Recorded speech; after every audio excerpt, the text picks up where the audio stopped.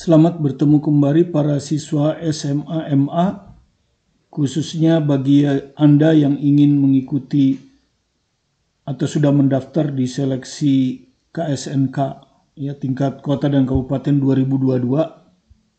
Ini adalah latihan soal KSNK part 3 ya. Part 2 kemarin sudah ini. Part 1 sebelumnya.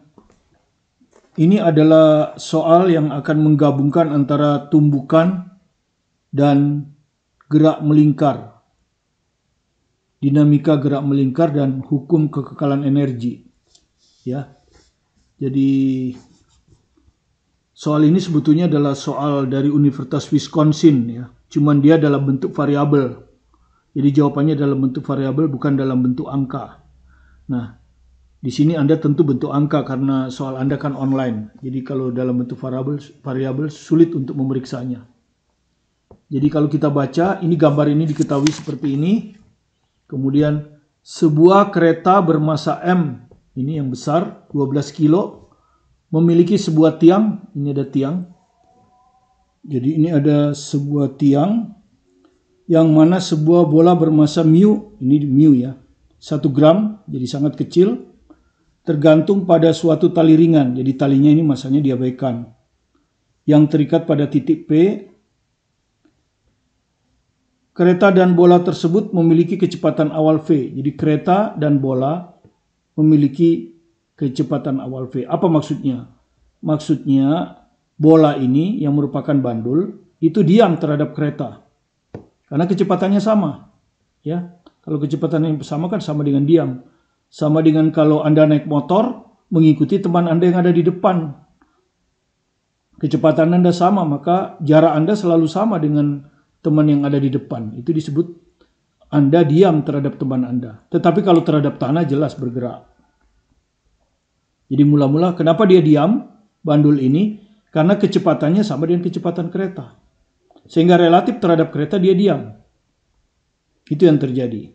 Ya. Kereta tersebut menabrak kereta lain. Dia jalan, dia menabrak kereta lain yang bermasa M 6 kg. Yang mula-mula diam. Jadi ini mula-mula diam. Ya, jadi di sini kalau Anda lihat ini ada tumbukan. Ini sebelum tumbukan. Kereta ini diam. Ya, kecepatannya 0 ini. Kalau kita sebut U-nya 0. Ya, sehingga terjadilah tabrakan. Dan selanjutnya kedua kereta tergandeng. Jadi selanjutnya kedua kereta ini tergandeng jadi satu. Dengan kecepatan yang sama.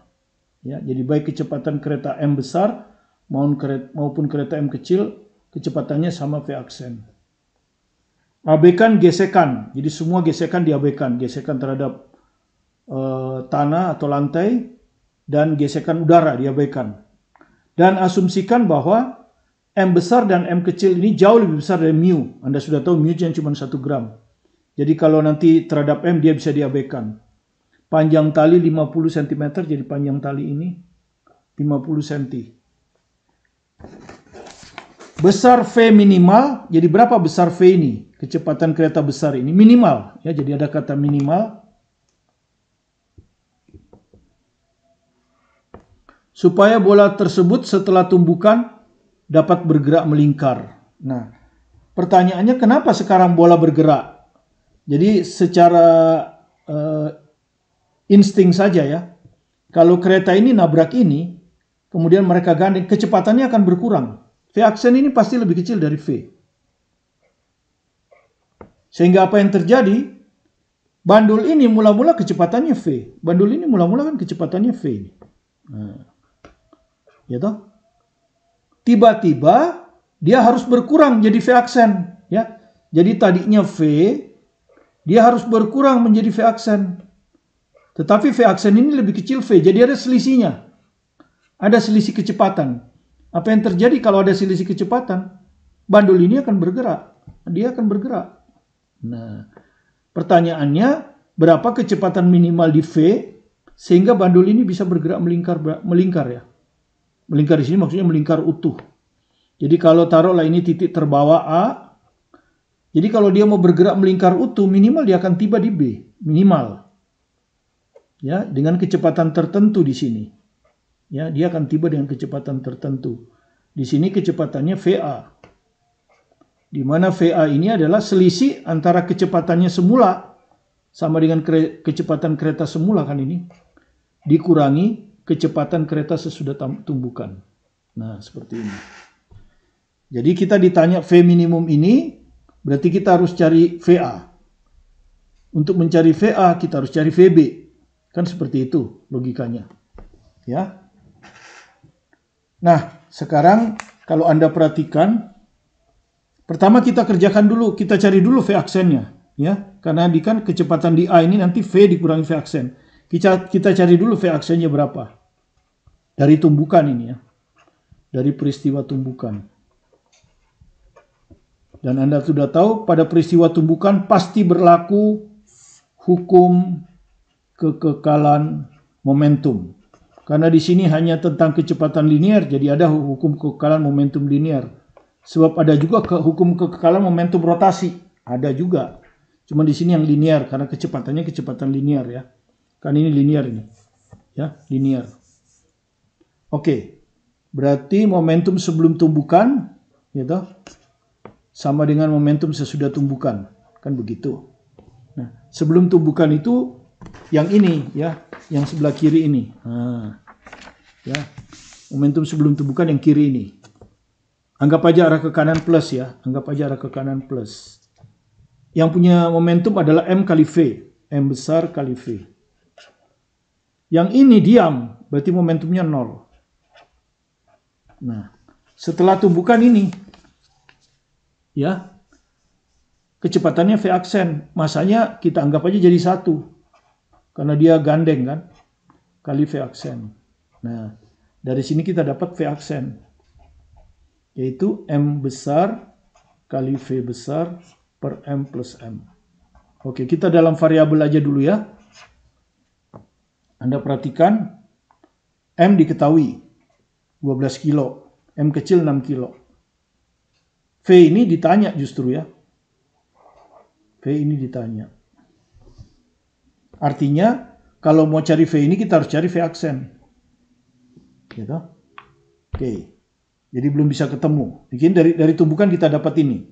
Nah, kemudian setelah tumbukan, bola ini, taruhlah tadinya di titik terendah, bergerak melingkar. Nah, supaya dia gerak melingkar utuh, bagi siswa yang ikut SBMPTN atau UTBK tahu, ya, sudah tahu ini, nggak usah, nanti kita akan turunkan tapi, karena ini kita akan harus tahu. Syarat supaya bola di titik terendah A bisa bergerak melingkar ya. Melingkar minimal 1 utuh ya, minimal utuh. Artinya dia nyampe di titik B. Supaya bola di titik terendah A bisa bergerak melingkar utuh. Itu kecepatan di titik terbawah ini harus sama dengan akar 5 GR. Asal hambatan udara diabaikan ya. Gesekan udara diabaikan. Nah, ini biasanya kalau siswa ikut SBMPTN menghafal ini ya. Dia sebutnya rumus cepat atau apalah. Nah, kalau misalnya yang ditanya berapa kecepatan di titik tertinggi, ya ini minimum loh ya. Artinya apa? Kalau kecepatannya lebih kecil dari ini, dia tidak akan nyampe di sini. Di sini dia udah turun. Ya, turun. Jadi akhirnya dia malah mengayun ya. Kalau lebih besar, dia bisa bergerak melingkar utuh. Nah, kalau di titik teratas tentu lebih kecil. Dia akan sama dengan akar GR. Nah, ini minimum. Ini yang hafal seperti ini kalau hafal nih. Tapi kita kan tidak boleh menghafal, kita harus turunkan ya. Kita harus turunkan. Pertama kita harus cari dulu VB minimum. Nah, ini didapat dari dinamika gerak melingkar. Ya. Dinamika gerak melingkar, ya. Dinamika gerak melingkar kita sekarang ya di titik B ini. Jadi kita tinjau bahwa kenapa dia bisa bergerak melingkar dan sampai di titik B. Anda sudah tahu di gerak melingkar selalu ada gaya sentripetal. Gaya yang menuju ke pusat. Kalau di titik B pusatnya kan di sini nih, ya, di titik B tadi.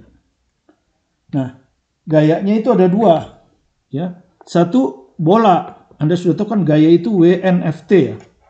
WNFT. Di sini bola punya berat, jadi dia ke bawah nih. Ini kan tali nih. Nah, jadi bola ini punya berat ke bawah. Mg. Oh, mu G. Masanya mu ya. Kemudian di sini ada tali. Tali kan kalau ini tegangannya T.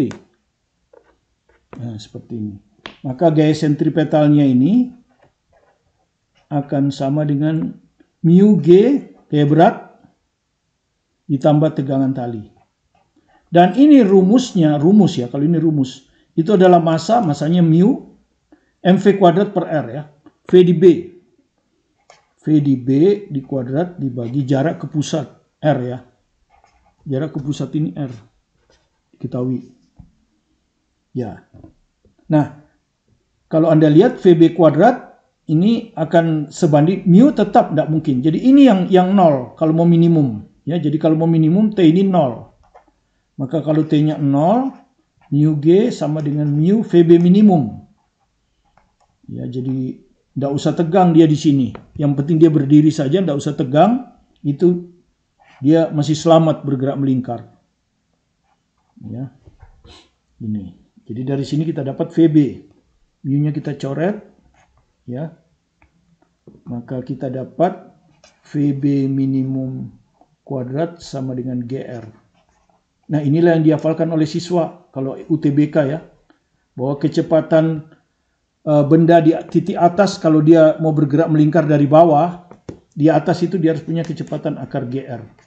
Nah, seperti ini. Terbuktikan ini. Sekarang kita yang ingin kita inginkan bukan VB tapi VA. Tapi nggak mungkin kita bisa ngitung VA kalau VB nggak bisa dihitung. Nah, sekarang kita ngitung VA. Ya, jadi sekarang kita hitung VA ya. Sekarang kita hitung VA yang di bawah ini minimum juga. Karena kalau di sini VB minimum, VA minimum. Nah, ini pakai hukum kekekalan energi mekanik. Ya, kenapa? Karena gaya yang bekerja hanya gaya yang menghasilkan usaha, hanya gaya berat. Jadi kalau Anda perhatikan di sini hanya gaya berat yang melakukan usaha. Ya. Di sini gaya berat. Kenapa gaya berat melakukan usaha? Kalau Anda perhatikan di titik ini arah geraknya itu ke sana. Ya, jadi perpindahan itu sesaat itu ke sana. Sementara tegangan tali selalu tegak lurus. Tuh. Dan ini tegangan tali. Usaha oleh gaya tegangan tali itu 0. Ya. Tegangan tali 0 itu kan di sini, tapi ini tegangan talinya nggak 0. Ya. Kemudian kalau dia di sini kenapa? Nah, ini Anda lihat, tegangan tali ke sana. Arah kecepatannya ke sana kan. Jadi 90 juga. Jadi di mana-mana usaha oleh gaya tegangan tali ini 0. Tapi MG enggak. Di sini oke, di sini 0 betul, tapi di sini enggak. Tuh. Ada sudutnya. Ya kan? Kalau misalnya di sini MG-nya ke sini. V-nya juga ke sini. Ya, ada usahanya. Jadi yang melakukan usahanya gaya berat, sehingga berlakulah hukum kekekalan energi mekanik. Karena gaya berat termasuk gaya konservatif. Nah, jadi kalau di sini A, di sini B, nanti akan berlaku energi potensial di A ditambah energi kinetik di A sama dengan energi potensial di B ditambah energi kinetik di B. Ya, kemudian A dia ambil sebagai acuan energi potensial sehingga energi potensialnya 0 karena tidak punya tinggi. Sementara B di titik tertinggi ini jaraknya terhadap titik bawah adalah diameter 2R. Ketinggiannya 2R. Sehingga ini akan sama dengan MGH hanya 2R. Nah, begini. Ditambah setengah M VB kuadrat. Ya, cuma di sini bukan M ya, mu. Masanya mu. Nah. Energi kinetik di A, ini kan ada kecepatan A. Jadi setengah mu VA kuadrat. Nah, Anda bisa lihat mu-nya bisa hilang. Nah, kalau kita kalikan 2, setengah VA kuadrat jadi VA kuadrat. Gitu. Ini 2GR, jadi 4GR. Karena kita kali 2 semua. Ini VB kuadrat. Nah, VB kuadrat berapa tadi? Tadi sudah kita hitung VB kuadrat ini. Ya. Ini. akar GR dikuadratkan ya. Jadi kalau VB kuadrat ya GR. Ya, ditambah GR. Maka Anda akan dapat VA kuadrat sama dengan 5GR. Ya, maka VA-nya sama dengan akar 5GR. Nah, terbukti kan? Kalau siswa SBMPTN kan dihafalkan. Ya, kalau suatu benda ada di bawah mau selamat sampai di atas, maka kecepatan di atas minimum akar GR, di bawah akar 5GR. Nah, sudah ketemu. Ya. Sudah ketemu V di A ini, gitu. Nah, tadi kita udah lihat VA ini apa? Kecepatan awal bola bersama dengan kereta V. Jadi VA ini V dikurangi V aksen. Nah, begini. Ya, jadi VA itu sama dengan V dikurangi V aksen. Nah, ini harus sama dengan akar 5GR. Gitu. Ya. Nah, yang ditanyakan V. V aksen tahu tadi kita hitung dari tumbukan tadi. V aksen dihitung dari tumbukannya. Oh ini, ya, ini. Nah, ini V aksen ini. Ya. Ya, jadi ini kita pindah ke kanan, jadi V-nya sama dengan V aksen tambah akar 5GR. Gitu. Nah, V aksennya dihitung ya. Oke, selesai sudah ini. Ya, jadi sudah selesai, tinggal masukkan angkanya. Ya, tinggal dimasukkan angkanya. Oke, kita masukkan aja angkanya di sini ya, V aksen biar kita ganti dalam V kan. Jadi masukkan di sini V aksen sama dengan M-nya itu 12 tadi ya. M itu, ini, M itu 12. Sudah kita tulis tadi. Nah ini, ya M-nya ini 12. 12 kali V per 12 tambah 6, 18. Ya. Bagi 6, 2, bagi 6, 3. Jadi 2/3 V. Nah, jadi V aksen itu 2/3 V. Ya, ini kita ganti 2/3 V. Ya, jadi V sama dengan 2/3 V ditambah akar 5GR. Ya, kalau ini kita pindah ke sini, V kurang 2/3 V itu adalah V per 3, 1/3 V ya. Sama dengan akar 5GR. Nah, dari sini kita dapat V-nya itu adalah 3 akar ya 5GR. Nah, ini. Ya, jadi kalau di soal Wisconsin jawabnya cukup seperti ini. Ya. Tapi karena Anda, saya hitung aja di sini ya. Karena Anda harus dalam bentuk angka, jadi kita harus hitung ini. Jadi V-nya sama dengan 3 akar 5. G-nya 9,8 ya. Ya, G-nya 9,8. R-nya tadi 50 cm. 50 cm itu 0,5 meter ya. Karena kita meter per second kan. Jadi ini kali 0,5. Ya, jadi kalau kita hitung ini 3 akar.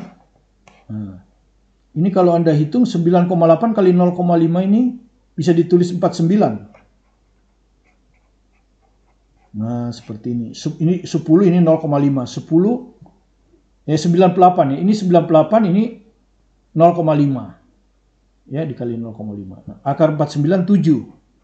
Jadi ini 21. Kalau matematik jawabnya begini aja sih. Ya, gitu ya. Jadi kalau matematik jawabnya begini. Ini 21 per 2 akar 2. Gitu. Ya. Itu matematik. Nah, Anda akan boleh pakai kalkulator. Kalau boleh pakai kalkulator, tinggal dipencet itu kalkulatornya. Akar 2 dikalikan dan hasilnya adalah 14,8. Ya.